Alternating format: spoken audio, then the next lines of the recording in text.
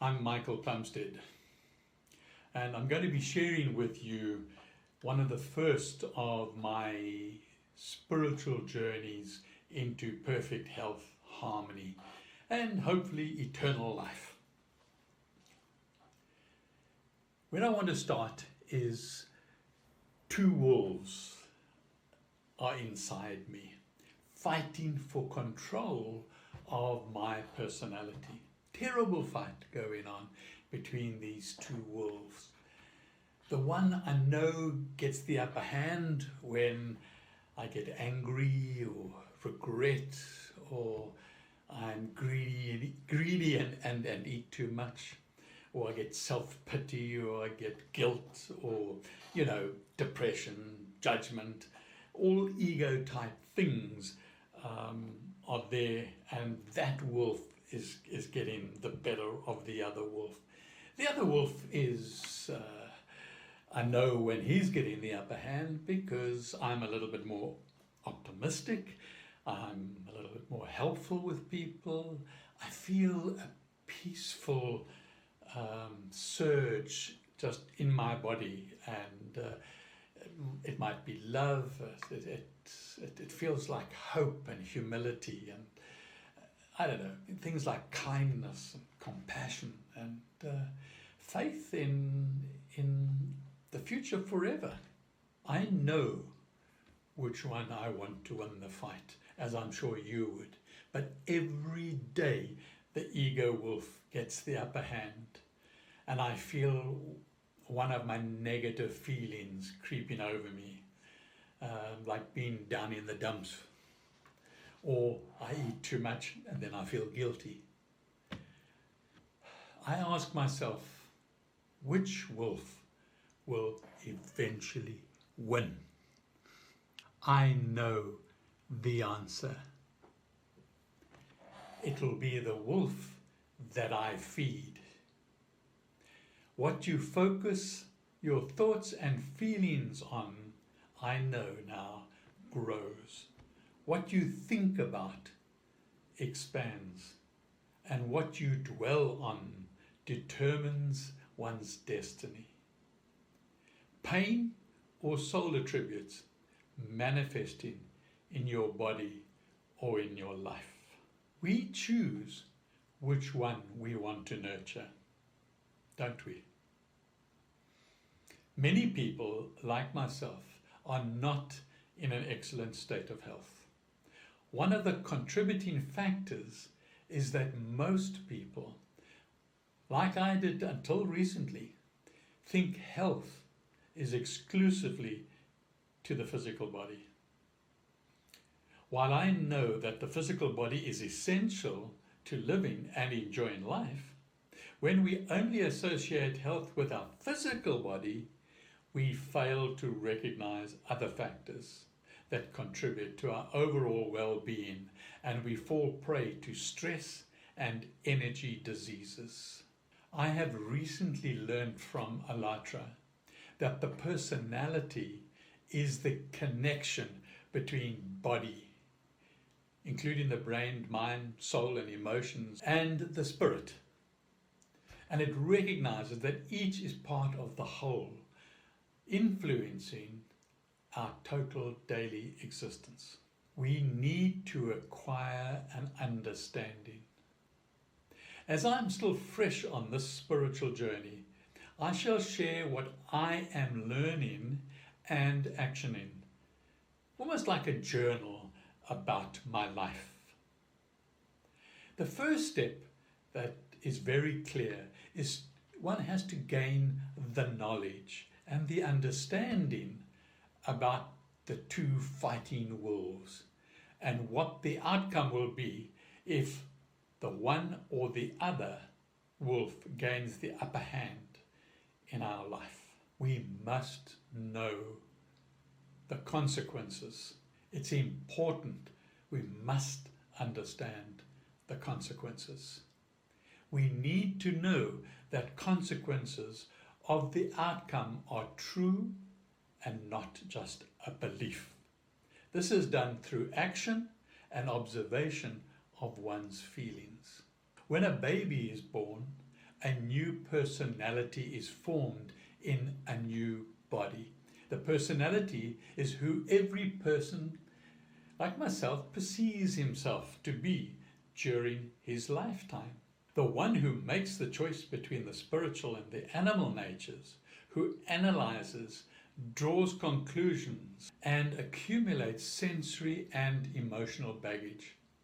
If a person develops spiritually during his life to such an extent that his personality merges with the soul, then, now this is interesting, then a new, mature, healthy being is formed while you're here on earth.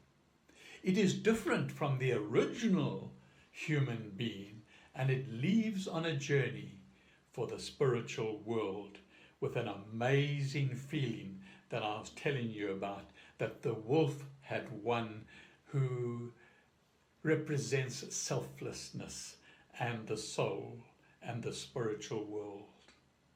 This is in fact what is called the liberation of the soul from the captivity of the material world, passing on to the heavenly realm. Otherwise, if in the course of human life such a merging does not take place, then after the death of the physical body and the destruction of the energy structure, this intelligent personality called you, me, together with the soul, goes to a rebirth station, a station of transition.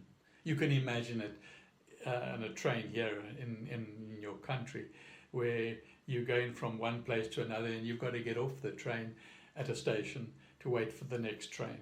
And that's exactly the same that is happening here.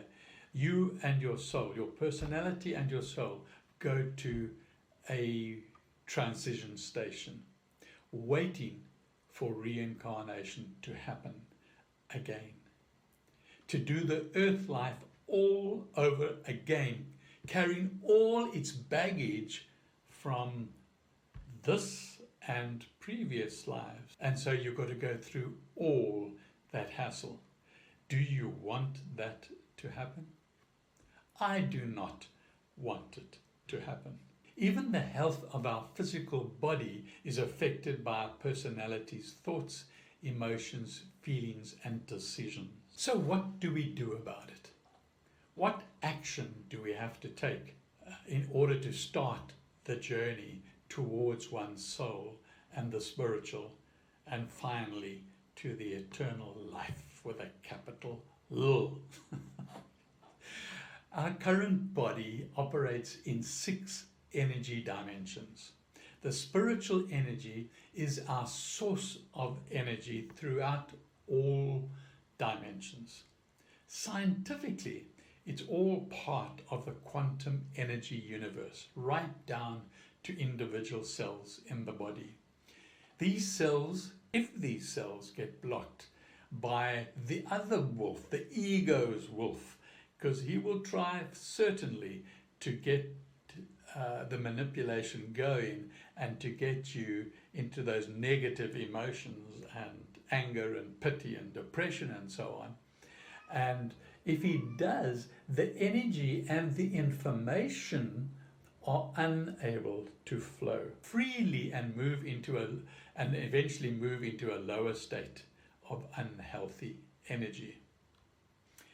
Therefore, action, daily meditative contemplation is so essential to maintain this open connection and bring the personality and the soul closer together.